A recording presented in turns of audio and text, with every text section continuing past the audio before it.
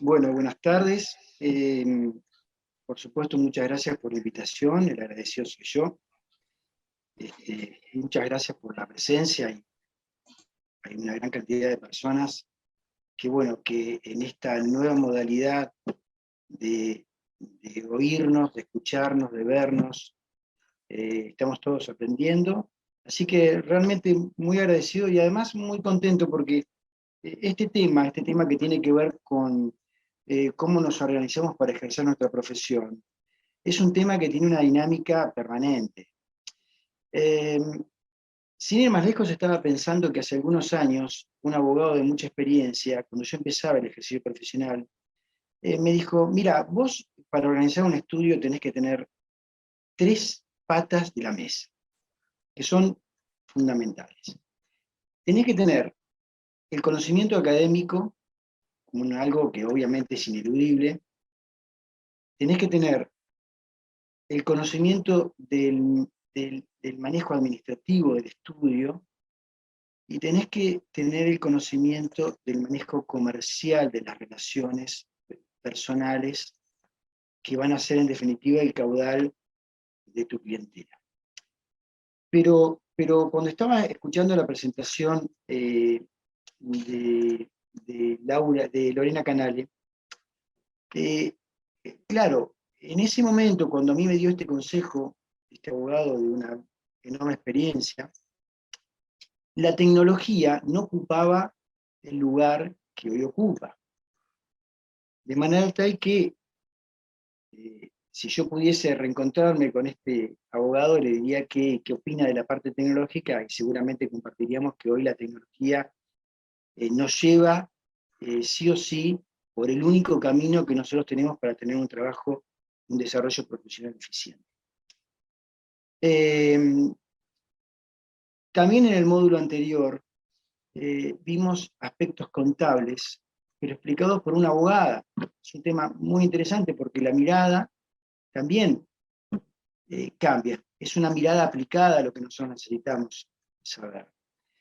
Y bueno, yo me voy a tomar el atrevimiento ahora en estos minutos, tal vez surjan un montón de preguntas o de inquietudes, o me surjan a mí también preguntas o inquietudes, de explicar lo que para mí es importante, que tiene que ver con la organización de nuestro estudio jurídico, nuestra oficina jurídica.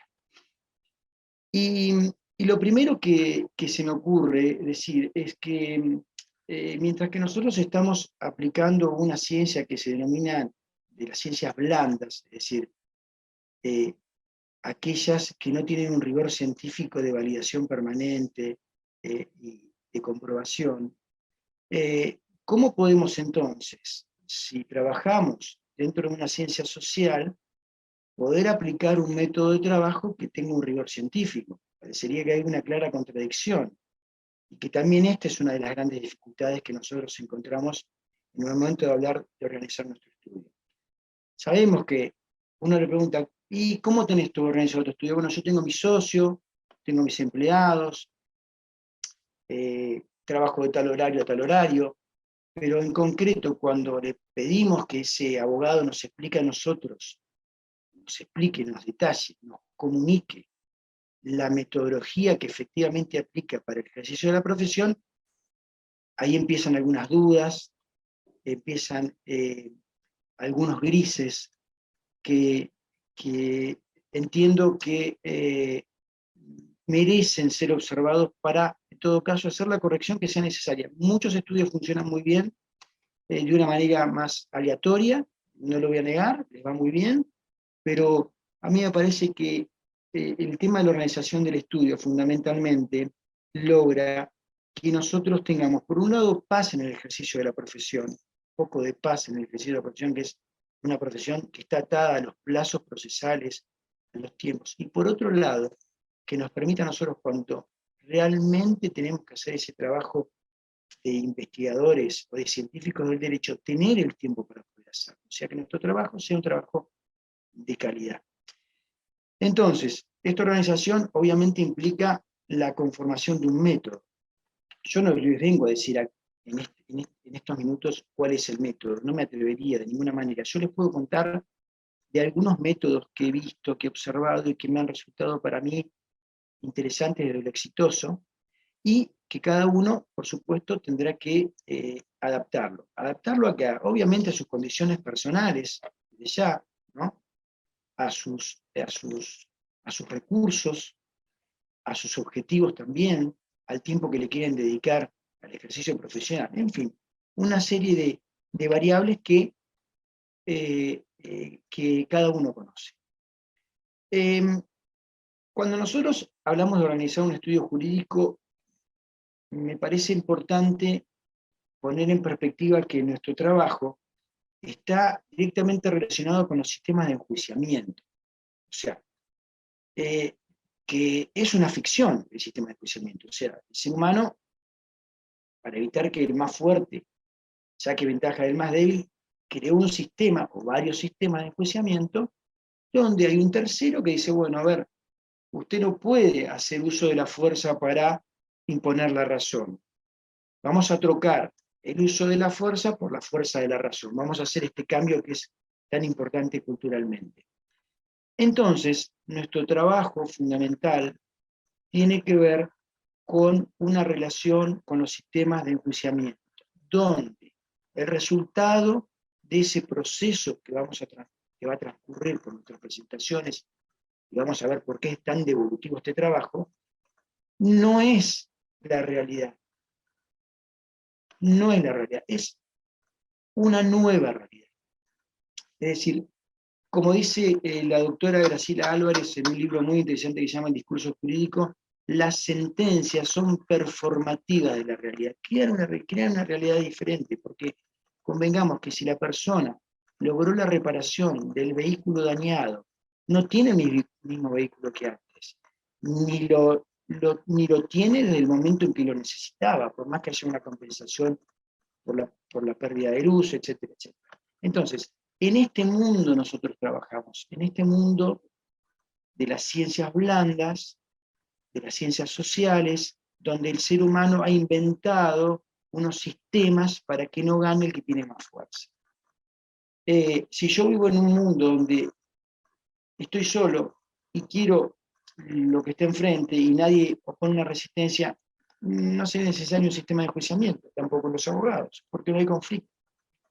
Entonces, en esto yo creo que es importante porque esta es la primera aproximación al tema que tiene que ver con la relación con el cliente. Es decir, cuando un cliente llega a un estudio, el cliente dice, doctor, quiero que se sepa la verdad. Bueno, mire, discúlpeme, no creo poder lograr eso. Lo que podemos hacer es obtener una sentencia que va a decir algo. Si realmente se amolda a la realidad que usted percibió o no, bueno, eso lo valora usted. Entonces, como nuestro trabajo es la permanente comprobación o confirmación de un hecho que hemos afirmado antes, esto es nuestro trabajo, ¿sí? Yo voy a tribunales a comprobar la afirmación en una pretensión. En casi todos los casos sucede esto. Afirmo un hecho, digo qué prueba tengo para comprobarlo, pero lo tengo que comprobar. Nadie me va a ayudar a hacer ese trabajo, nadie debería ayudarme a hacer ese trabajo. Nadie debería ayudar a ese trabajo, porque como es una ficción este sistema, si alguien me ayuda, yo ya estoy en una situación de desigualdad con la contraparte. Bueno, entonces, en definitiva, esto tiene que ver con la actividad casi fundamental que hace un abogado en su oficina jurídica, ¿no es cierto? La de afirmar y salir a comprobar o a confirmar. Se ha dicho mucho también de qué explicación nosotros le podemos dar a nuestros clientes cuando viene este proceso de aducción, si hay que ser muy optimista, si hay que ser muy pesimista, si hay que echarle la responsabilidad al sistema.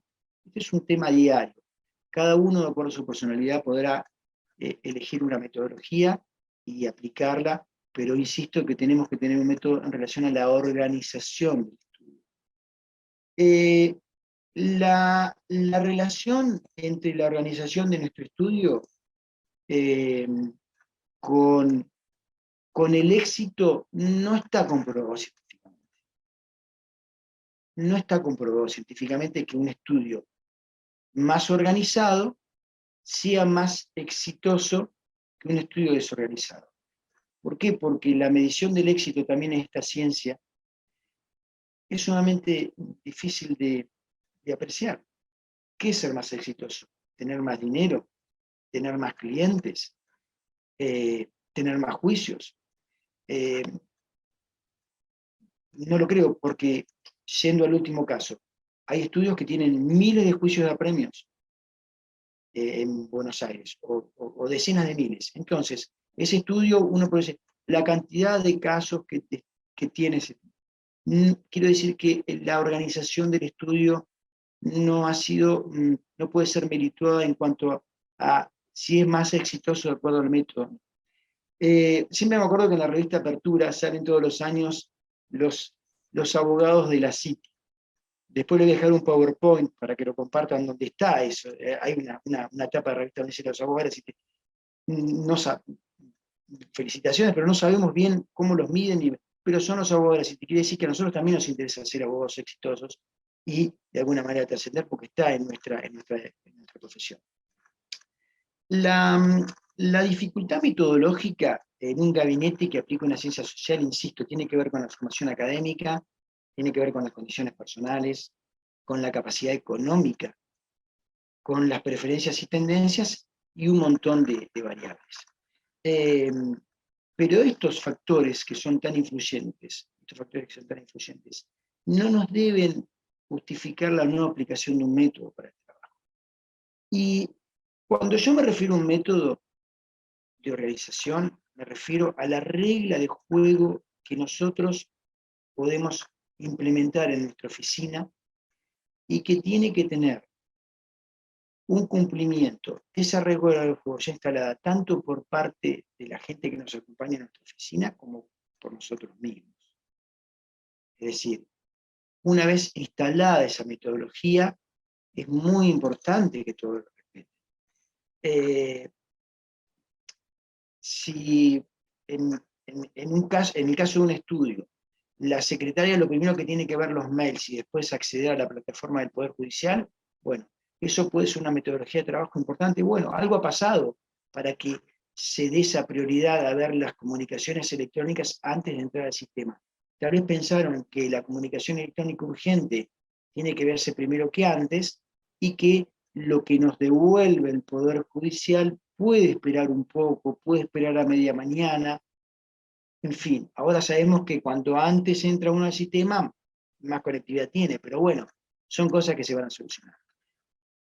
Quiero decir entonces que esa regla de juego está íntimamente relacionada con el trabajo devolutivo que nosotros hacemos.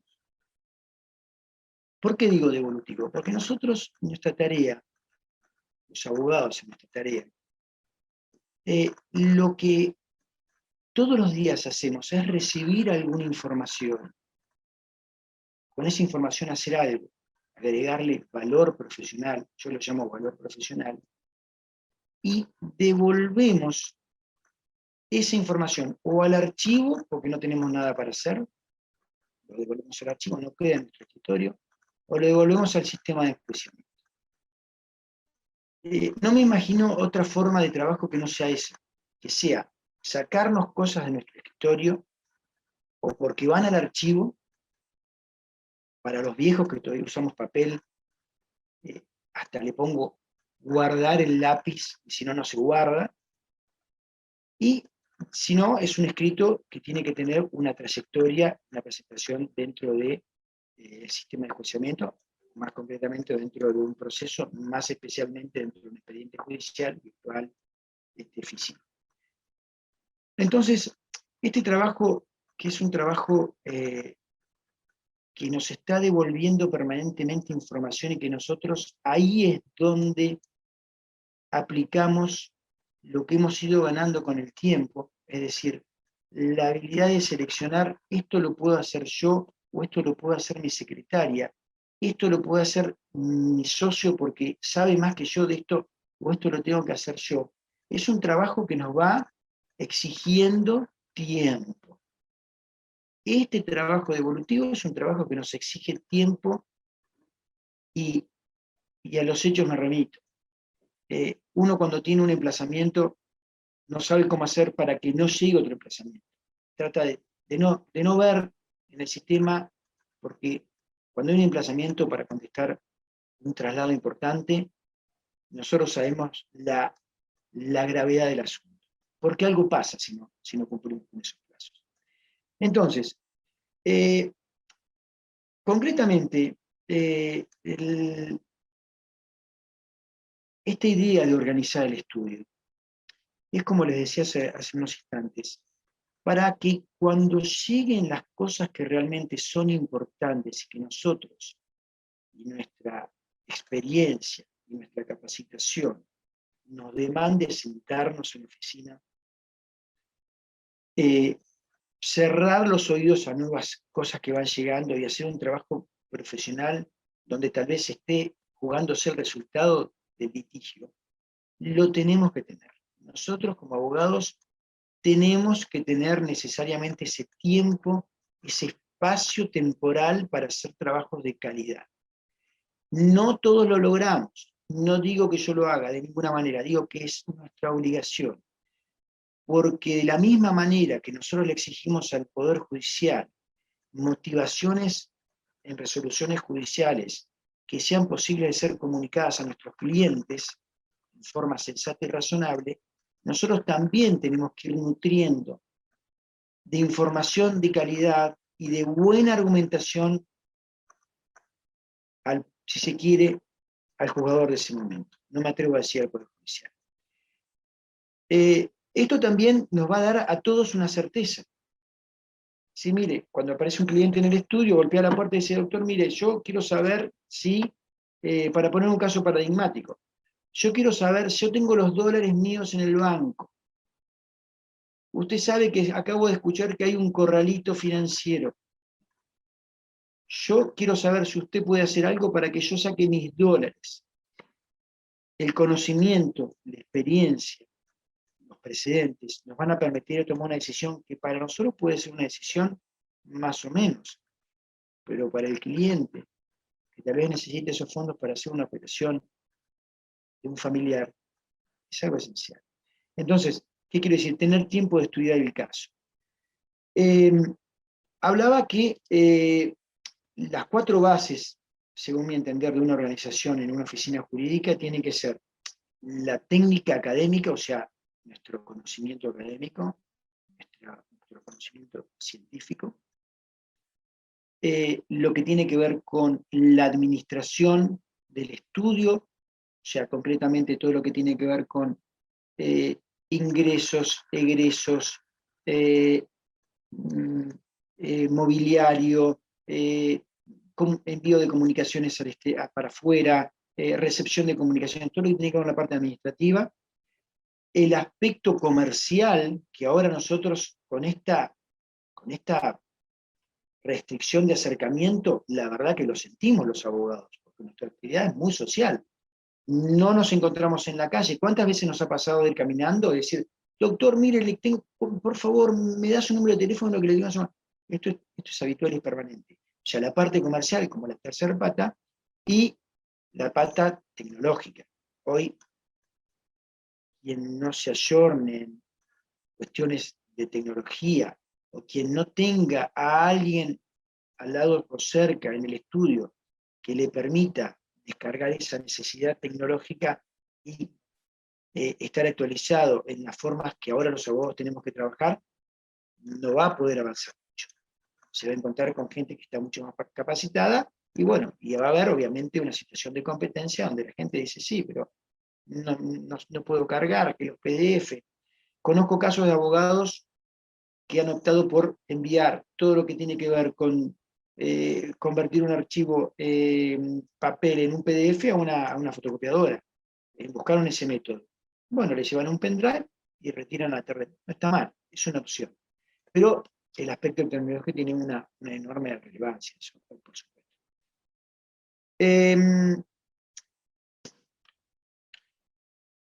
Cuando nosotros empezamos nuestra actividad pensando en la organización de un estudio, vuelvo a insistir, no tenemos una sola fórmula. Cada uno la podrá ir adaptando a sus necesidades, pero bueno, hay muestras de otras organizaciones que nos pueden servir. Por supuesto que tener un estudio organizado es mejor que tener un estudio desorganizado, ¿no? Eso creo que coincidimos todos. Y también está relacionado con la calidad de servicio que uno presta, pero no sé si, insisto, con la eficacia en términos de valoración. ¿Mejora la calidad? Por supuesto que mejora la calidad. ¿Mejora la calidad de la relación con el cliente? Entiendo que sí. Y también mejora la calidad de la relación con los colegas y con los sistemas en los que nosotros convivimos. Uno de los aspectos que están relacionados con lo que tiene que ver con la parte de vinculación inicial con los clientes es un tema que realmente a mí me parece que es muy importante para quienes empiezan ahora al corto plazo a instalarse en un estudio jurídico. Es un tema realmente sensible. Si bien hay derechos, deberes y obligaciones de ambas partes, me parece que la mejor fórmula en relación a la vinculación con el cliente es de un proceso inicial, digamos, de entrevista, de adopción, pero después de documentar la vinculación que uno va generando con el cliente. ¿A qué me refiero con documentar? No solamente hacer un pacto de una cuota de lo que gane el cliente en el juicio, o pacto de cuota litigio. No me refiero a establecer solamente un fee mensual con algún cliente de tipo corporativo, ni me refiero a si el cliente nos otorga un mandato de representación o no. Son temas importantes. Pero me refiero a que la descripción de los hechos sobre los que nosotros vamos a trabajar, para cualquier abogado son determinantes de la estrategia jurídica que decida encaminar. Algunos abogados prefieren tener esa entrevista personal y tomar nota. Otros abogados prefieren que el cliente les haga un escrito contándole los hechos. Ese es mi caso. Yo prefiero esa, tomo esa opción. Además de la entrevista le digo, bueno, mire, creo haberlo entendido, pero para aventar dudas, si no es molestia, usted a mano, cuando quiera, tomando un café, ¿me puede escribir esto que usted me acaba de decir?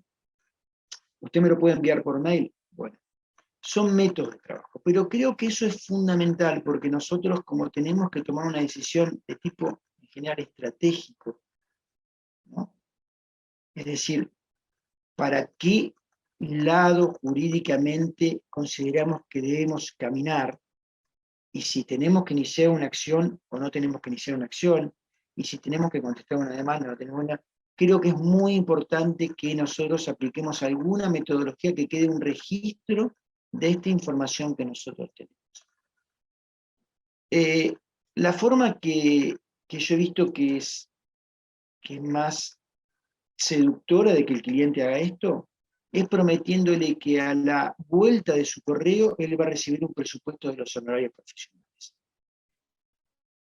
Es decir, me funciona realmente bien, porque de la misma manera que nosotros hablamos del trabajo devolutivo, de devolverle cosas al Poder Judicial o de devolverle cosas al archivo, este trabajo también devolutivo con el cliente, es decir, usted me cuenta los hechos, yo le hago el presupuesto, y usted va a tener que aprobar el presupuesto o no. Posiblemente de 10 presupuestos sean 3 los aprobados. Pero, como siempre digo yo internamente, más vale tener 3 presupuestos aprobados, dirigir nuestra energía hacia esos 3 presupuestos, que son 3 clientes con los que ya tenemos una vinculación y un compromiso, que tener 10 casos que nosotros no sabemos qué va a pasar. Si el cliente va a insistir, si le interesa realmente y sobre todo si nos va a pagar los honorarios. Tema sobre el que en minutos voy a hacer un par de comentarios. Esta etapa de vinculación inicial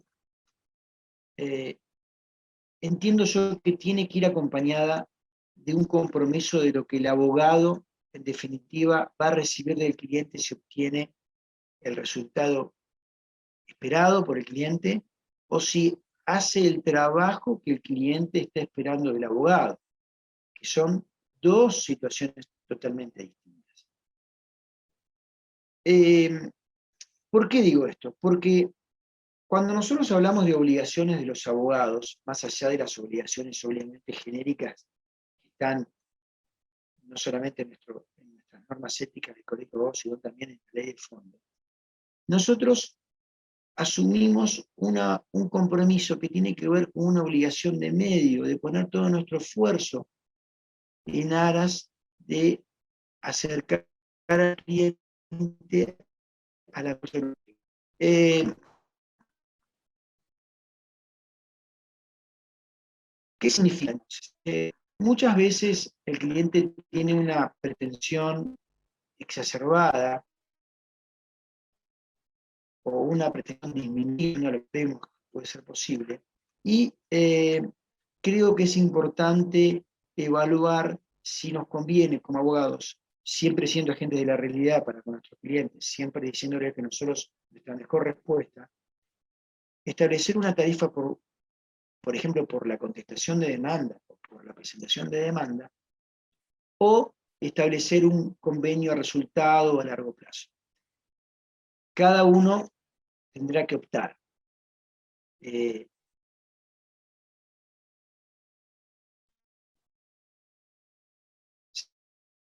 Si yo no tiene que representar un cliente que debe resistir una pretensión, contestar una demanda, claramente lo diferencio a ese cliente del cliente que intenta presentar una pretensión, o sea, iniciar un juicio, ¿no es cierto? Yo lo diferencio claramente. Cada uno, en el primer caso, o sea, cuando uno se encuentra con una responsabilidad profesional de contestar una demanda, lo que nosotros hacemos por lo menos es hacer un presupuesto por ese trabajo puntual, y se le mire, señor, usted tiene una urgencia de 10 días, usted tiene una urgencia de 15 días. Esta urgencia la tenemos que resolver. Para hacer esta presentación que tiene que ver con que usted por lo menos se asegure el derecho a ser oído, se asegure usted el derecho a ser oído, nuestro presupuesto por el trabajo profesional es este. Lo diferencio claramente. Me parece que son dos hipótesis totalmente distintas. Es decir, contestar una demanda que iniciar o presentar una demanda. Cada uno lo irá viendo en su estudio, en su conformación de estudios. Por ahí hay abogados que son más especialistas en contestar una demanda porque saben, qué sé yo, no sé, escanear la demanda y ponerle no es cierto y negativa si lo sabe hacer porque tiene habilidades tecnológicas. Vieron que ahora es mucho más fácil poner, describir las negativas, ¿no? Uno copia, pega y pone no es cierto que, niego que, cada uno tendrá la opción. De la mano de este tema de la vinculación con el cliente, quisiera hacer referencia a la vinculación con los colegas que trabajan en tu estudio. Porque este es un tema muy importante para quienes estén escuchando y estén por empezar su actividad profesional, ¿cierto? Es muy común la asociatividad cuando uno empieza la actividad profesional por cuestiones que tienen que ver con recursos económicos, con dudas profesionales, con afinidades, y es muy interesante que así sea. La verdad que trabajar en equipos para quien lo pueda hacer y lo sabe hacer, realmente es apasionante. Ahora, esa relación con el colega que trabaja en nuestro estudio jurídico tiene que tener una regla de juego también. Si bien ya nosotros hacemos mención a la regla de juego del funcionamiento del estudio en sí, la regla de juego con el cliente también tiene que haber una regla de juego con nuestros colegas. ¿A qué me refiero? Con algún documento que establezca los derechos y las obligaciones de los abogados que trabajan allí. que son de lo más diversas, porque uno dice, bueno, no, mirá, no hay problema, compartimos honorarios. A ver, no alcanza con eso, porque decir compartimos honorarios genera un montón de inconvenientes a futuro si uno no lo tiene en un documento escrito. Cuando uno trabaja con un colega que ejerce su misma profesión, que sabe casi lo mismo que uno, que tiene las mismas inquietudes, las mismas ganas, que hace los mismos esfuerzos diarios, tiene la obligación de establecer a través de un documento cuáles son los alcances de esa vinculación. Porque por más prolijos que seamos en la redacción del documento, siempre en la dinámica del trabajo se van a hacer mucho más cosas de lo que dice ese documento. O como habitualmente mencionamos, el acta del acto. El acta puede ser eso, pero en el acto hay un montón de cosas que no las ponemos.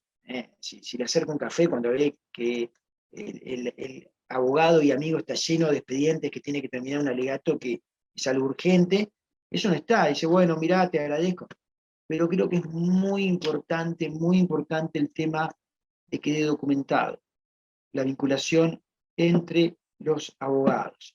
Eso también tiene que ser parte del método de realización del estudio, estoy convencido. Hace muchos años, me encontraba una historia, no sé si es real, pero si la voy a transmitir a ustedes. En un estudio había 2 abogados. Un abogado se enferma y muere. Bueno, el otro abogado quedó con su estudio, siguió trabajando. Al tiempo recibe una carta de documento de la viuda, donde le dice, doctor, le instimo en días, deposite la totalidad de los honorarios que le corresponden o le correspondían a nuestro fallecido en el ejercicio de la profesión por haber dado patrocinar. El abogado lee y dice, si nosotros éramos socios, cobró siempre lo... Sí, pero se olvidó de algo muy importante que dice la ley 94, que si me permiten se los voy a leer. Dice, artículo 53. En los casos previstos en el artículo 2 y 4 de la presente ley, los honorarios que correspondan al patrocinante o sustituto de aquel serán a su exclusivo cargo. ¿Qué significa esto? Que si yo soy abogado y trabajo en un estudio, pero por la razón que sea, un cliente me dio a mí me dio el mandato de representación, y mi secretaria cada vez que hace los escritos, que los hace automáticamente en el encabezamiento, pone Hernán Duarte con el patrocinio letrado de Juan. El que debe los honorarios a Juan es Hernán Duarte. No es ni la parte gananciosa ni la perdiosa, soy yo el que le debo los honorarios. Por supuesto que si en una sentencia un juez determina, las costas serán a cargo de la parte que resulta ganancioso, es el letrado patrocinio, le va a cobrar eso. Pero este es un tema muy importante, que lo vemos todos los días. ¿Cuántas veces se han impugnado planillas de liquidación de honorarios de abogados, queriendo cobrarle a su propio cliente, porque el cliente le dijo, doctor, yo a usted no lo conozco, no sé quién es usted, qué hace acá en mi expediente? Perdí el juicio, pero yo lo contacté a Hernán Duarte. ¿Usted quién es? Y ese abogado, que me patrocinó a mí, sin tener un mandato de representación, es mi patrocinante. Y me puede cobrar los honorarios. Pongo esto solamente como ejemplo. Ese caso no sé si fue real o no, pero me llamó mucho la atención. Y esto nos permite simplemente poner un ejemplo, cómo puede complicarse la cosa si nosotros no tenemos esta regla de juego de la convivencia interna dentro del estudio también establecidas. Hernán. Sí. Ay, perdón, discúlpame, re interesante lo que estás contando, pero vos sabés que se corta un poquito. Lo que yo iba a proponer por ahí que apaguemos los videos, Sí, para ver si, porque está buenísimo lo que estás contando, es re importante y se corta un cachitito. Si apagamos video un ratito, después cuando volvemos a las preguntas nos volvemos a conectar a mostrar nuestros rostros. Pero por ahora, como para que se pueda escuchar bien. ¿Te cómo no, parece, cómo no. Hernán? Ahí se escucha mejor. Sí, se escucha mejor. No sé qué parte querés que repita, que vuelva un poco para atrás o... En realidad, la historia de lo que vos estabas contando, yo llegué a escucharla, yo no sé el resto. A ver si alguien si no la llegó a escuchar bien.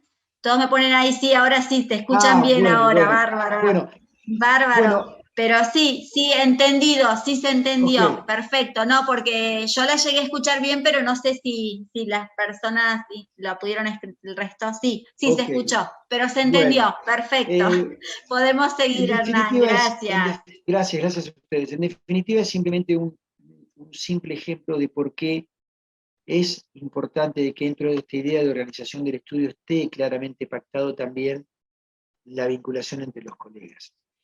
Eh, Quiero tomarme unos minutitos para, para hablar sobre, para mí, las 4 normas fundamentales que tenemos que tener siempre arriba del escritorio. Por supuesto, los códigos. Yo digo 4 porque acá tengo el Código de Procedimientos en lo penal y el Código de Procedimientos en lo civil y comercial, acá al lado mío, pero también 2 normas que son realmente muy, muy importantes. Una, curiosamente, es una resolución del Colegio de Abogados del año 82, y esta resolución, que es la resolución 2 del Consejo Superior del Colegio de Abogados y Procuradores de la provincia de Neuquén, en el acta 15, establece ni más ni menos que todo lo que tiene que ver con las normas de ética profesional.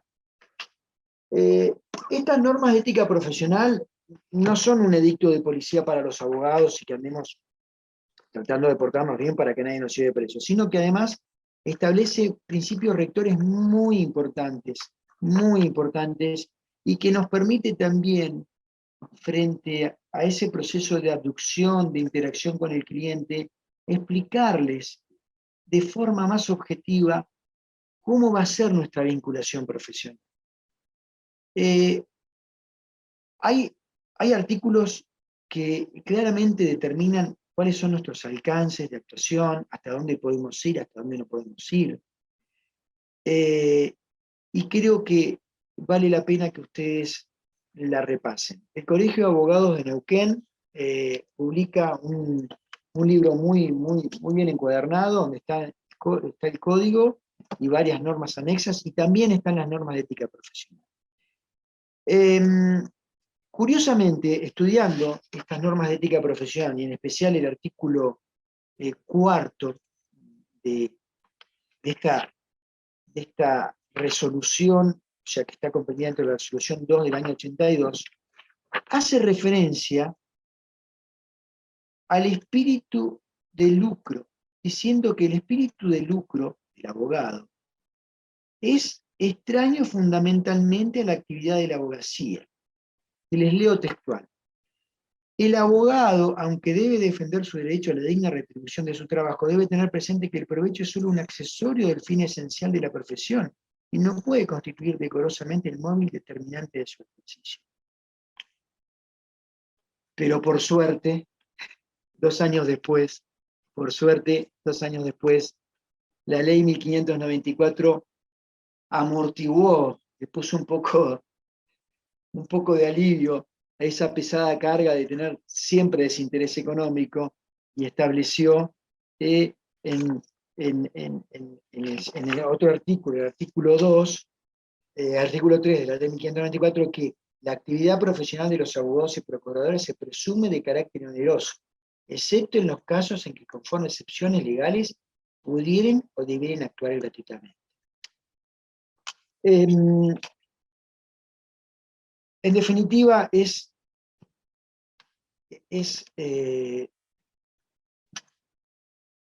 una idea que quiero dejarle, simplemente citando las normas, ¿no es cierto? Una idea de cómo tenemos que mantener ahí un equilibrio, y sugiriéndoles nuevamente que repasemos todas estas normas de ética que realmente son muy, muy importantes y rectora no solamente de nuestra profesión, sino también que nos va a permitir en la vinculación con los colegas del estudio y con los clientes, mantener una sana convivencia.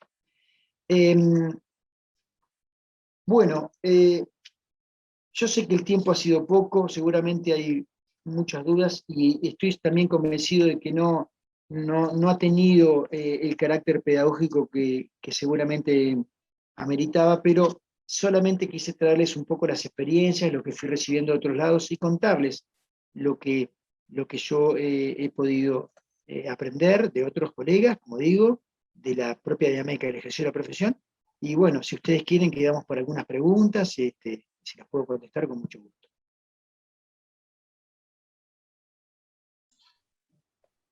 Muchas gracias, Hernán, re completo todo. Acá alguien pregunta, la doctora Salas Gloria, no pregunta, en realidad afirma, los jueces no le dan carácter alimentario a los honorarios, lamentablemente, doctor Hernán. El tema de los honorarios, cómo lo mira la justicia, es todo un tema también. Bueno, a ver, nosotros en los que ejercemos la profesión en forma liberal, ¿no es cierto?, que tenemos nuestro estudio, tenemos los pros y los contras propios del ejercicio liberal. Somos más libres en un sentido y somos más esclavos en otro sentido. Digamos, la primera cadena que se me ocurre es los vencimientos que nosotros tenemos que pagar y que no nos llegan nuestros ingresos los días 4 de cada mes. Es parte de la realidad y de la opción que nosotros tomamos. A mí me parecería bueno que, como pregunta la doctora Salas, que nosotros pensemos esto, que parte fundamental de nuestra actividad tiene que ver con escindir lo que es el razonamiento ideológico del caso concreto. Es decir, de lo que nosotros pensamos que pasa a lo que en el caso concreto puede pasar. Esa forma de ver un hecho, apreciar un hecho, o poder dar una respuesta, me parece que es buena para todos los abogados. Si hay un caso concreto donde alguien, o sea, un juez, una jueza, demoró arbitrariamente el libramiento, el pago de honorarios a un abogado, no tengo duda de que es ignorar el carácter alimentario de los honorarios. Pero no lo conozco puntualmente al caso. No nos olvidemos que nosotros también no es que estamos litigando contra el juzgado, nosotros estamos litigando con una contraparte, alguien que está del otro lado, que resiste, que no quiere, quiero que me paguen los honorarios, no, que espere al abogado último. Es decir, que nos encontramos también con esa realidad, de que hay alguien que está poniendo freno, obstaculizando el ejercicio de algún derecho. Respondiendo para no escaparme, realmente no creo que los jueces le nieguen el carácter alimentario de los honorarios profesionales. Yo no lo creo. En algún caso concreto puede ser, no lo conozco hoy, porque además muchos jueces vienen del ejercicio profesional. Es más, y si no vienen, saben de qué estamos hablando. Entonces, esa sería mi respuesta para la doctora Salas. Gracias, Hernán. Otra consulta aquí. Bueno, alguien pregunta sobre si podrías recomendar alguna bibliografía sobre el tema que has dado. ¿Algún libro, alguna bibliografía? Bueno, yo ahora les voy a enviar, yo les voy a enviar un PowerPoint donde hay algunos libros, de marketing para abogado que esté enfocado un poco a otras cuestiones, porque nosotros estamos hablando de métodos de organización. Tom Peters escribió un libro muy lindo que se llama Del caos a la excelencia, es un librazo, hay que la verdad tomarse 2 vasos de agua y 50 aspirinas porque es enorme y es pesado de leer, pero tiene cosas muy interesantes. Y también A ver, en la red está todo, es decir, lo que yo estoy contándoles son métodos de organización, por lo menos lo que yo he vivido acá, cerca, ¿no? Pero hay un montón de libros que hablan de organización. Habla más de marketing jurídico, de marketing de estudios jurídicos, que de organización de estudios jurídicos. Pero también les voy a aportar y les voy a enviar, como no, estas cosas en las que he charlado también sobre el tema del patrocinio letrado, la responsabilidad del, del abogado que tiene a su patrocinante y que firma como patrocinante, esas cosas también que enviar. Ahí veía, perdón, discúlpenme, disculpen mi atrevimiento, ahí leía una pregunta que decía, no entiendo la ley de honorarios, o no alcanzo a comprender la ley de honorarios profesionales. Bueno, miren, la verdad que yo la ley de honorarios profesionales la uso un montón, la uso muchísimo. ¿Por qué? Porque justamente la ley de honorarios con un use a 2.730 pesos es muy atractiva para nosotros. O sea, nosotros esto nos permite ya negociar con el cliente. Le voy a contar una infidencia que hago yo. Le digo, bueno, mire, presupuesto. Tengo un formulario de presupuesto que también se lo voy a enviar. Es un formulario que, bueno, no sé si... Es un formulario donde yo describo un poco la consulta del cliente y le digo, presupuesto de honorarios. Y en general le agrego el artículo de la ley 1594. Artículo ley 1594, tanto es use. Valor del use, tanto. Honorario a pagar, tanto. Pero, como usted es un cliente al que nosotros lo queremos con los clientes, queremos también ayudarlo un poco, le vamos a hacer. Pero la ley de honorarios profesionales es muy buena, tiene muy buenos índices de regulación, es muy interesante, la verdad que es una muy buena ley. Y con esta actualización prácticamente automática del IUS estamos bien. Yo lo usaría como base para negociar los honorarios, ¿no? Es decir, esto es lo que dice la ley, porque como es algo objetivo, el cliente no discute eso. Uh-huh. Otra pregunta interesante. Cuando entregamos al cliente el presupuesto, vinculado a lo que vos estás comentando, Hernán, sí. Luego de que él nos escribe el relato de los hechos, ¿se hace a través de un escrito y le pedimos firmarlo o eso es excesivo? A ver, ¿me podrás repetir, por favor? Cuando entregamos al cliente el presupuesto, ¿sí? Luego de que él nos escribe el relato de los hechos, porque primero de acuerdo a tu metodología, nos describe los hechos, nosotros armamos una estrategia, le enviamos el presupuesto, entonces ese presupuesto se hace a través de un escrito y le pedimos firmarlo, ¿o eso es excesivo? Yo el presupuesto lo envío directamente a través de un email. Yo directamente lo envío a través de un email, estoy tratando, a ver, y en ese presupuesto, se los puedo mostrar, no se va a ver bien, pero bueno, en ese presupuesto les digo, trabajos a realizar, muy sencillo ese, trabajo a realizar, valor del use, honorario y abajo tiene una leyenda que dice, el presente presupuesto tendrá validez si es aprobado por el cliente dentro del plazo de 5 días. Buenísimo. ¿Okay? Siempre en la idea del trabajo devolutivo. ¿Por qué trabajo devolutivo? Porque nosotros en el estudio, ¿qué hacemos? Estamos esperando que el cliente haga algo, que la acción ahora está en manos de él. Nosotros ya le dimos, lo escuchamos, él nos mandó ese relato, ese escrito, no nos lo mandó, nos mandó un audio, nosotros muchas veces pasa, no tengo tiempo, no importa, un audio que nosotros lo vamos a escribir, se lo vamos a mandar por mail para ver si es este el problema que tiene. Y después le enviamos el presupuesto. El presupuesto dice abajo, este presupuesto tiene una validez de 5 días. Se los voy a enviar porque está ahí en un PowerPoint que tengo con esto. ¿Qué pasa en esos 5 días? Pasa un montón de cosas. Nosotros por lo menos seguimos trabajando, porque no estamos pensando en que vamos a cobrar un honorario, no sabemos qué va a pasar. Seguimos en nuestra rutina diaria. Y si hay 10 presupuestos y se aprueban 3, lógicamente los que tienen prioridad en el trabajo son esos 3. Si el cliente aparece el día 21, que dice, digo, bueno, nos tiene que esperar ahora, porque nosotros tenemos 3 trabajos acá. Que también es muy interesante para hablarlo con el cliente. Dice, mire, si usted aprueba el presupuesto, nosotros su trabajo lo ponemos arriba para hacerlo rápido. Si usted no aprueba el presupuesto, nosotros tenemos otras cosas que hacer. Así que ahí se juega un poco la vinculación. Le da mucha formalidad, lo van a ver en el PowerPoint, es un formulario, nada del otro mundo, en la planilla Excel, y le da también seriedad a lo que estuvimos hablando. Yo se lo mando por mail, mi secretaria se lo manda por mail, y espero unas respuestas dentro de 5 días. Si no tiene mail, todo el mundo tiene mail, pero no tiene, se lo damos escrito y firmado, pero dice que tiene que ser aprobado por él. No sé si contesta la pregunta. Bien. Hay varias preguntas, Hernán.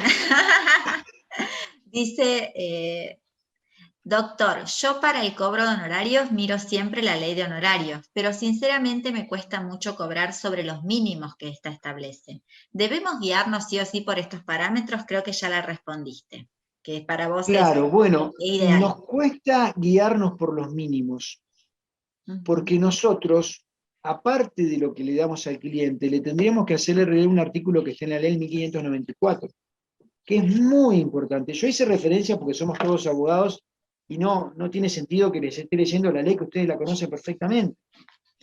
Pero dice, artículo 5, toda renuncia anticipada de honorarios o pacto por un monto inferior al que correspondiera y de acuerdo con esta ley, será nulo de nulidad absoluta, excepto cuando se pactara con ascendientes y descendientes en línea directa, cónyuge o hermanos del profesional.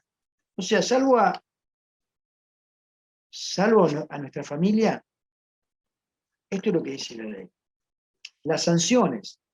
El profesional que hubiera renunciado anticipadamente a sus honorarios convenido un monto inferior al previsto en esta ley, miren ustedes la importancia. Si reclamar el pago de los honorarios, bueno, tiene una sanción, pero lo que prohíbe esta ley es la renuncia anticipada. No me cuenten si lo hacen, por favor. Pero lo que quiero decir es que es un elemento muy importante para decirle, mire, estimado cliente, sí, vamos a hacer una excepción. No me escuchen lo que le digo, vamos a hacer una excepción, pero la ley dice esto. Si hay que cambiar la ley, bueno, habrá que cambiarla, pero la ley dice eso. Entiendo que, por ejemplo, a ver, para un juicio ejecutivo, el mínimo son 10 y 1, ¿cierto? Si la memoria no me falla. Entonces, viene una persona que tiene una multa de tránsito, está en un premio, por 3.000 pesos, y dice, pero ¿cómo? Yo le tengo que pagar a usted 27.300 pesos masiva. Al otro abogado, si me gana el juicio, 27.300 pesos masiva, y a ustedes me están ejecutando, estoy recibiendo una ejecución por 3.000 pesos. Esa es la realidad. ¿Qué hace la persona? Va y la paga. O si está convencido de sus derechos, porque no es su auto, o porque lo vendió, o porque lo que sea, ejercerá el derecho de defensa, ¿cierto? Pero la decisión la tiene que tomar el cliente en base a estas pautas objetivas.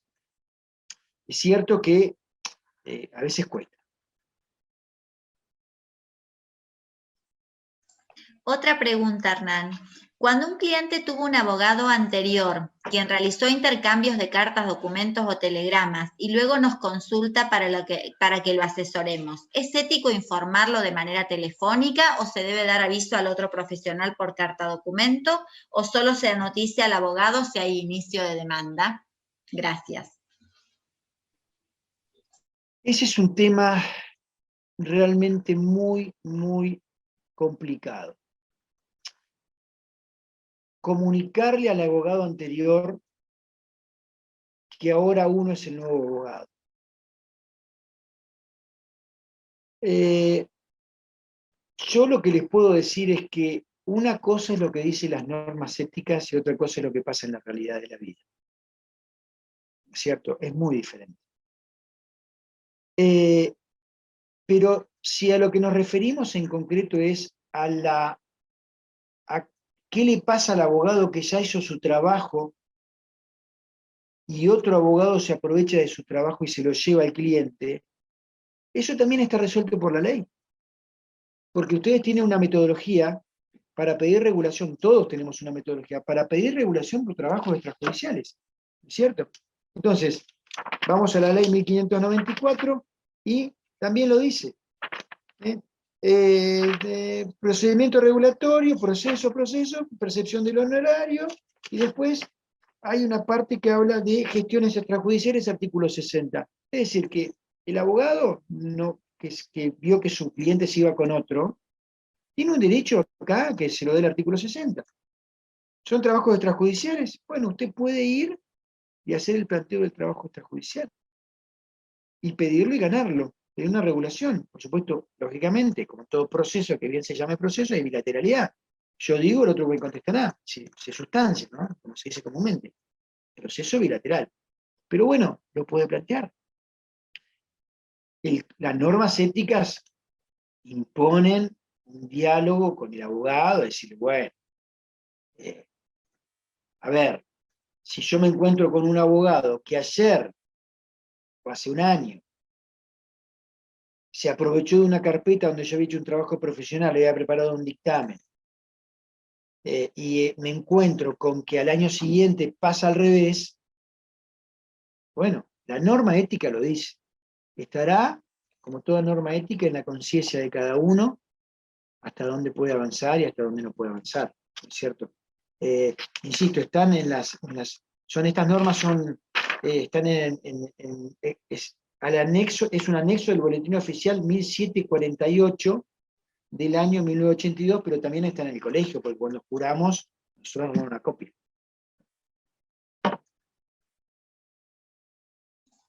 Es muy interesante ese tema, las normas éticas, muy, muy interesantes. Dice otra consulta. Cuando usted dice, doctor, de documentar la relación con el colega, ¿qué instrumento sería el adecuado? ¿Hacer una sociedad o hacer un convenio? Yo estoy un poco viejo, porque en mi época no se permitía hacer una sociedad de este tipo. Esto ha tenido una dinámica y se ha adaptado a la realidad. Los estudios importantes de Buenos Aires ya lo hacen. Algunas son asociaciones civiles, otras sociedades simplemente, acá ya hay algunas sociedades de abogados. El mejor documento para mí es aquel documento, aquel convenio, aquel acuerdo de voluntades que permita plasmar todas las eventualidades, o sea, situarse en la realidad del estudio e ir plasmando, o sea que tiene una evolución y tiene un tiempo de maduración, pero hay que hacerlo. Se pueden hacer las dos cosas, se puede empezar con un contrato, convenio, un acuerdo de voluntades, y si después la cosa va muy bien, por supuesto. ¿Por qué? Porque si uno ya tiene una sociedad, quiere decir que, bueno, bárbaro, ya los recursos los paga otro, uno está en busca de las utilidades, quiere decir que anda bien. Pero yo diría algo que diga tus derechos y tus obligaciones. Bien. Hernán, otra pregunta. En el caso de aquellos clientes que tras un litigio ofrecen pagar honorarios con una porción del bien litigioso, dado que no tienen otra forma, ¿es posible?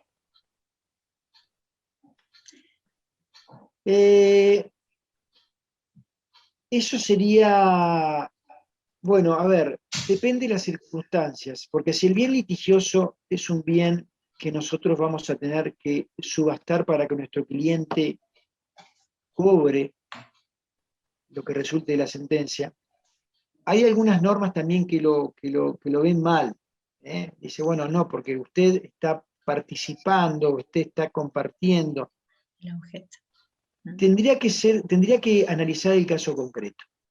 Pero yo he visto casos también acá en Neuquén, he visto casos donde no le han pagado los honorarios al abogado, el abogado se vio obligado a ejecutar a su cliente que había ganado el juicio. Y terminó con la subasta de un inmueble del cliente. Y el abogado pidió al tribunal el derecho de compensación en el acto de subasta. ¿Cómo es esto?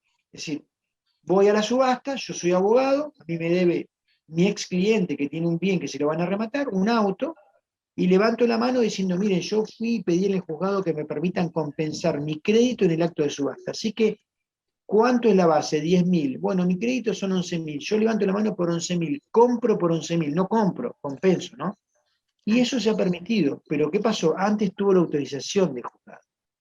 Y eso excluye la posibilidad de una sanción disciplinaria por estar rematándole un bien a un cliente, porque uno lo pidió en el juzgado lo avaló, analizando todo el caso concreto.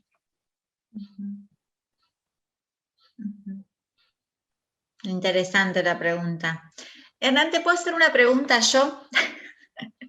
¿Cómo no? Que tiene que ver con muchas veces el funcionamiento de un estudio jurídico con tantos paros en el sistema judicial y todo lo demás. El tema judicial o el de los juicios es como que se hace largo y a veces es bastante complejo. ¿Vos cómo ves el tema de las negociaciones? ¿Cómo te resultan a vos ese tipo de procedimientos? Mirá, no sé si es una buena pregunta, pero es una pregunta que tiene que ver con que muchas veces, a veces los mayores ingresos los podemos obtener de esos Claro, manejos, bueno, ¿no? bueno, yo realmente lo tengo eso bastante estudiado, lo que tiene que ver con la relación que hay entre el esfuerzo físico, es decir, el carbón que le ponemos a la locomotora del estudio, eh, con los ingresos. A ver, en pocas palabras, el 70% del trabajo que nosotros le dedicamos al estudio tiene que ver con lo judicial. Y a nosotros, por lo menos a nosotros, nos representa un 18% de los ingresos. Hay un claro desequilibrio entre el esfuerzo que hacemos para lograr ese 18%. Pero bueno, pero también es cierto que si no lo hacemos, nos estaríamos mirando la cara para esperar solamente casos que se arreglan sin juicio, ¿no es cierto? Y eso no pasa. Pero es mucho más el esfuerzo por procesar, y el tiempo, ¿no es cierto?, por procesar, por llevar adelante los juicios, que los ingresos. Hay un desequilibrio notable, notable. Alguien me podrá decir, bueno, pero ustedes cuando termine el juicio cobran. A veces sí, a veces no. Entonces, ¿en qué juega también el tema de la negociación o de recurrir a una forma no judicializada de resolver el conflicto? Depende primero del contexto económico, ¿no es cierto? Y depende también de cuán caro sea un proceso judicial. Porque si nosotros, volvemos a la pregunta que hacía Césica, si nosotros al cliente le mostramos la ley de aranceles y le parece cara, bueno, quiere decir que nosotros estamos mal, porque todo el mundo quiere litigar. ¿eh?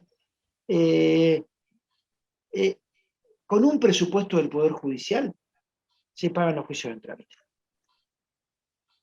Entonces, o más o menos, pero por ahí debe estar. Quiero que dimensionemos esto, pero decir, ¿pero cómo? Quiere decir que si vamos y pagamos todos los juicios en trámite hoy, empieza de cero todo, lo de contenido patrimonial, y empieza de cero. Porque es carísimo también procesar todos los juicios, es un costo que nosotros no sabemos cuánto vale un expediente para el Poder Judicial, pero debe ser carísimo. Entonces, pongo esto también, es un poco si hay que negociar, si a mí me gusta mucho tratar de encontrar como abogado, me gusta más llegar a un acuerdo antes del juicio. Y no es que no me guste litigar, pero como abogado prefiero siempre un acuerdo que satisfaga los intereses de mi cliente, por supuesto. Tal cual. Buenísimo. Hernán, te hago otra pregunta que tiene que ver con la especialidad. Esto de vos tenés tu propia especialidad, que es más empresarial y todo. ¿Es importante para, digamos, forjar alguna especialidad? La experiencia mía me dice que no es importante. Mira, qué No es interesante. importante. Realmente no es importante, porque me parece que uno no es especialista y los clientes llegan solamente por esa especialidad. Me parece que hay una mezcla ahí de cosas. A uno le gusta una rama del derecho y ve que no le sirve, ¿no es cierto? Y va para la otra. Me parece que eso de decir, bueno, yo soy especialista y a partir de ahí hago mi carrera profesional, es también perderse un montón de cosas. Es perderse un montón de cosas. El derecho procesal penal en Neuquén ha tenido un cambio increíble. Pasamos de tener, perdón que me autorreferencia, a mí me pasó un caso que lo tenía en un expediente, en un juzgado de instrucción, y el expediente cuando fui a la próxima audiencia no lo podía leer. Me decía, usted no puede leer, como si estuviese prohibido leer el expediente. Pero quiero decirles que conocí ese cambio, esa evolución. Entonces, ¿qué pasa? La persona que tiene ganas de ejercer la profesión en la especialidad del derecho penal, también tiene que tener otras habilidades, necesariamente. Una persona tímida se le va a complicar, se le va a hacer muy difícil. porque del otro lado tenemos muy buenos fiscales, y tenemos muy buenos jueces de garantía, y tenemos muy buenos abogados, digamos, querellantes. Entonces, hay una cosa que va cambiando, nos va ayudando a tomar decisiones, ¿cierto? Pero bueno, en mi caso particular, yo empecé con una especialidad que tenía que ver mucho con derecho laboral, después pasé mucho a civil y comercial, después estuve con lo financiero, bancos, así. Fue cambiando. Después, claro, y perdón que me autorreferencie nuevamente, les pido disculpas sinceras.